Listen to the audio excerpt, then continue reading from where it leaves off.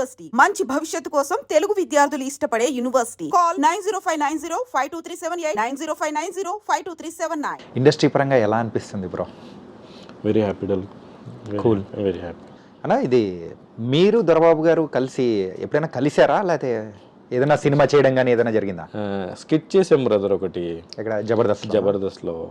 ఆది అన్న చిన్న ఫన్ డ్రామా, ఇద్దరు డ్యూయల్స్ లాగా ఒక స్కిట్ ప్లాన్ చేశారు. ఆ రోజు మేము స్కిట్ కూడా కొట్టాం. అన్న ఆది అన్న బాగా డిజైన్ చేశారు దాన్ని. అది కూడా బాగా పేలింది ఆ రోజుల్లో బాగా. Very happy. టచ్లో ఉన్నారా మీరు దొరబాబు గారు? దొరబాబు నాకు టచ్ ఏం కాదు, తెలుసు, కానీ ఆది అన్న బాగా ఫ్రెండ్. చాలా మూవీస్ చేశారు కదా ఆది అన్నతో. రీసెంట్ గా మజాకా సినిమా ఆది అన్న కాంబినేషనే చేశాను. ఆది అన్న one of my best well wisher. అంటే మనోడు ఇంత స్ట్రగుల్ చేసి మంచి మంచి అన్న ఎప్పుడు నన్ను ఏమంటాడంటే, ఆది అన్న నాకు భలే అనిపిస్తుంది, బ్రహ్మాజీ, సుబ్బరాజు వాళ్ళను రీప్లేస్ చేస్తాడు డార్లింగ్ కొన్ని రోజులు పోయిన తర్వాత అంటాడు. ఓకే, అంటే మేమైనా క్యారెక్టర్ కామెడీ చేస్తుంటాం, మా టైం తక్కువ ఉంటుంది, నువ్వు క్యారెక్టర్ ఆర్టిస్ట్గా క్యారెక్టర్స్ చేస్తున్నావు కాబట్టి సస్టైన్ అవుతావు నువ్వు. బ్రహ్మాజీ గారి క్యారెక్టర్స్ కానీ, సుబ్బరాజు, ఇంకో ఆయన పేరు నాకు గుర్తురాట్లు, టప్పి అని ఒక 5-6 మంది. ఇప్పుడు నాకు ఏదైనా సినిమాలో ఏదైనా క్యారెక్టర్ అనుకున్నా first option Brahmaji, second option Subbaraju, third option అలా నా పేరు 5th 6th ప్లేస్లో ఉంది. ఓకే, అంటే ఫస్ట్ ఆయనకి వెళ్దాం, సెకండ్ ఈయనకి వెళ్దాం, అలా నేను థర్డ్ సెకండ్లో వచ్చేయాలి. ఓకే, ఒక 2 సంఖ్యలు ఉన్నాయి, 5 నుంచి 4, 4 నుంచి 3లోకి వెళ్ళిపోతే హ్యాపీ అంటారు. అంటే నేను ఏదైనా ఆఫీస్కి వెళ్ళినప్పుడు ఒక క్యారెక్టర్ గురించి ఇచ్చామండి డైరెక్టర్ గారికి, ఒక బేసిక్ ఐడియా ఇచ్చాం, దీని మీద ఈ క్యారెక్టర్కి ఈయనైతే బాగుంటాడు అని.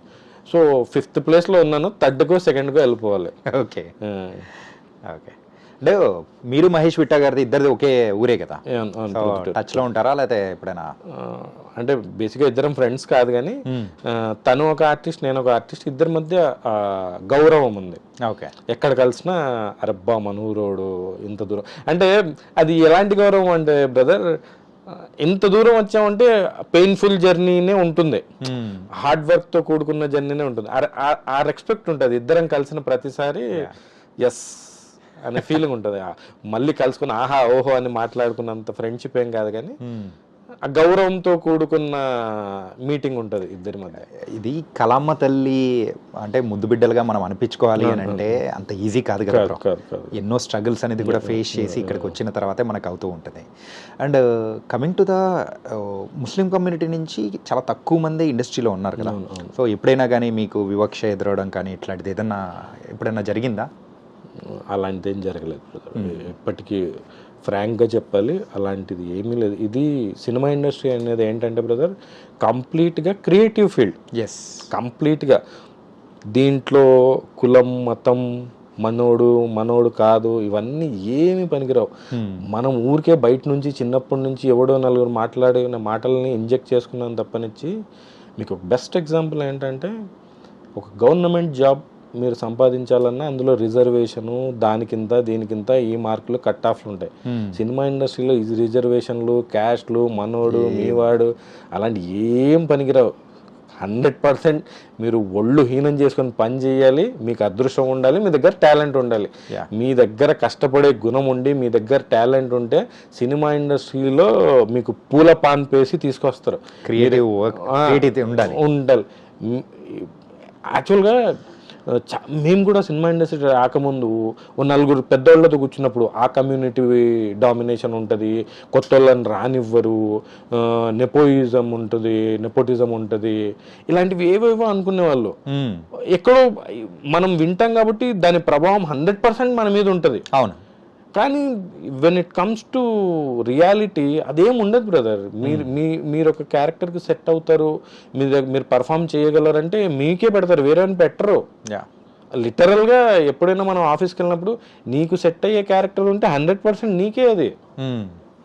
ఇంకోటి ఏంటంటే, సినిమా ఇండస్ట్రీలో పనిచేసే పెద్ద పెద్ద డైరెక్టర్లు, కో డైరెక్టర్లు అనే మాట ఏంటంటే, చాలామంది ఇవన్నీ పనికిరాని మాటలండి. ఈ మాటలు డెప్త్ ఉంటుంది. ఒక కథ ఆ హీరోని ఎంచుకుంటుంది, ఆ డైరెక్టర్ని ఎంచుకుంటుంది. ఆ కథలో ఉన్న క్యారెక్టర్ ఈడైతే నాకు న్యాయం చేయగలడని ఆ క్యారెక్టర్ వాడిని కోరుకుంటుంది.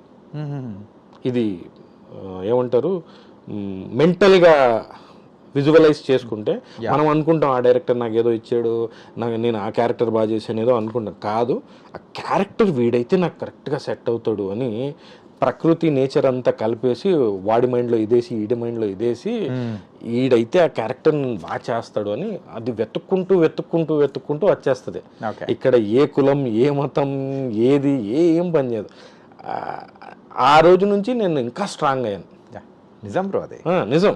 అంటే ఇంకోటి, తెలుగు సినిమా ఇండస్ట్రీలో నేను కలిసిన ఏ డైరెక్టర్ కానీ ఏ డైరెక్షన్ టీం కానీ నువ్వు ముస్లిమా లేకపోతే నువ్వు ఏం చేస్తున్నావు ఇలాంటివి ఎప్పుడు లేదు. నువ్వు మొన్న ఆ సినిమాలో బాగా చేసావు, ఈ సినిమాలో బాగా చేసావు, బాగా కష్టపడుతున్నావు, ఏదైనా మంచి క్యారెక్టర్ పడితే బాగుంది. అందరూ నన్ను ప్రేమించే వాళ్ళే, అందరూ నా సక్సెస్ని ఎంజాయ్ చేసేవాళ్ళే, నా మీద ఒక గుడ్ ఇంప్రెషనే. నువ్వు ముస్లిము, ఇక్కడ నీకు ఎందుకు కష్టం, నీకు ఇక్కడ రానివ్వరు, ఏం లేదు. నువ్వు హార్డ్ వర్క్ చేస్తున్నావు, నీ దగ్గర టాలెంట్ ఉంది, ఓ రోజు నీకు వచ్చేస్తుంది అంతే. లక్కీగా అది ఎక్కడ లేదు బ్రదర్. చాలా మందికి నేను మీ ఐ డ్రీమ్ ద్వారా చెప్పాలనుకుంటున్నది ఏంటంటే, చాలామంది సినిమా ఇండస్ట్రీలో ఈ కమ్యూనిటీ గురించి మాట్లాడుకుంటూ ఉంటారు. సార్ అలాంటిది ఏం లేదు సార్, ఇది కంప్లీట్గా హార్డ్ వర్క్, లక్, టాలెంట్, ఈ మూడు ఉంటేనే సినిమా ఇండస్ట్రీలో రాణించగలం. మనం ఏదో పర్టికులర్ కమ్యూనిటీకి చెందాము అని మమ్మల్ని రిజెక్ట్ చెయ్యరు, పర్టికులర్ కమ్యూనిటీ క్యాస్ట్ తెలిసిన వాళ్ళమని పూల పాన్ పేయరు. అవన్నీ ఒట్టి మాటలు. మన దగ్గర టాలెంట్ ఉంది, మనకి ఇంట్రెస్ట్ ఉంది, మనం కష్టపడే తత్వం ఉందంటే ఆల్వేస్ వెల్కమ్. ఇదైతే నేను చెప్పదలుచుకున్నా. ఇన్ఫ్యాక్ట్ చెప్పాలి అని అంటే ఆలీ గారు కానీ మనం చూస్తున్నాము, ఇప్పుడు మన ఇంట్లో మనిషిలాగా అయిపోయాడు ఎన్నో సినిమాలు చేస్తూ కానీ. సో అట్లా నిజంగా మన కళమ్మ తల్లి ఒకసారి దగ్గర తీసుకుంటే అలాగే ఉంటుంది. Talent is complete talent industry. నేను ఈ మాట ఎందుకు చెప్తున్నానంటే, ఎవరైనా అప్కమింగ్ వచ్చే వాళ్ళకు దీని ప్రభావం పడుతుంది.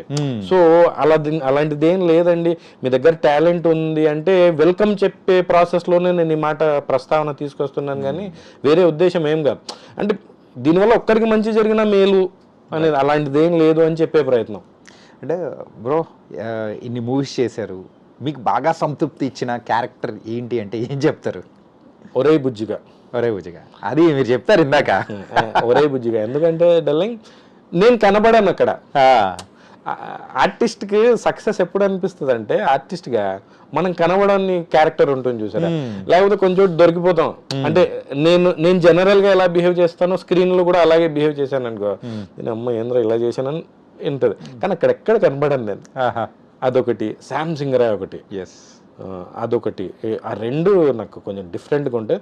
ఇంకా దాన్ని నన్ను కంప్లీట్గా మార్చేసిందంటే మాత్రం రామ్ గోపాల్ వర్మ గారే చెప్పాలి. మర్డర్ ఒకటి, పవర్ స్టార్లో బండ్ల గణేష్ క్యారెక్టర్ చేశాను కదా. ఓకే.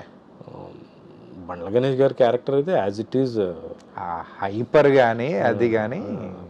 అంటే నాకు ఆర్జీవి గారు చెప్పిన మాట, రెగ్యులర్గా ఒక క్యారెక్టర్ ఇస్తే ఒక క్యారెక్టర్ చేసేయడం ఈజీ.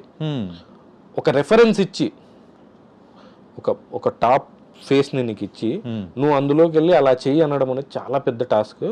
అది నువ్వు చాలా బాగా చేసావు, నాకు చాలా బాగా నచ్చింది.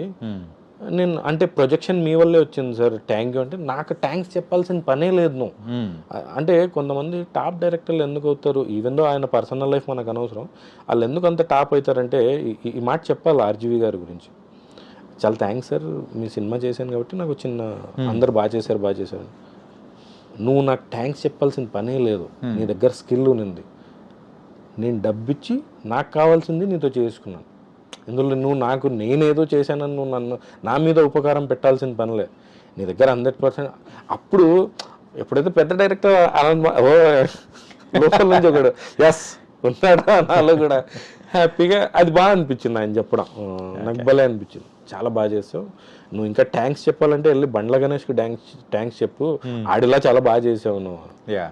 థ్యాంక్ యూ అని ఆయన గణేష్ గారు కలిసినప్పుడు చాలా థ్యాంక్స్ అని నవ్వేశారు ఆయన. అది బాగా అనిపించింది. మర్డర్లో కూడా నేను సాఫ్ట్ మంచి అంత క్రూరంగా చేసేటప్పటికి అది చూస్తున్నప్పుడు కూడా లాస్ట్లో 2-3 షాట్లు అలసట పడే షాట్లు ఉంటాయి. ఏంటో నిజంగా చేస్తున్నప్పుడు ఏమనిపించదు, అయిపోయి చూసుకునే మా ఫ్రెండ్స్ అందరూ ఏంద్రా అలా నరిగేశారు ఏంద్రా.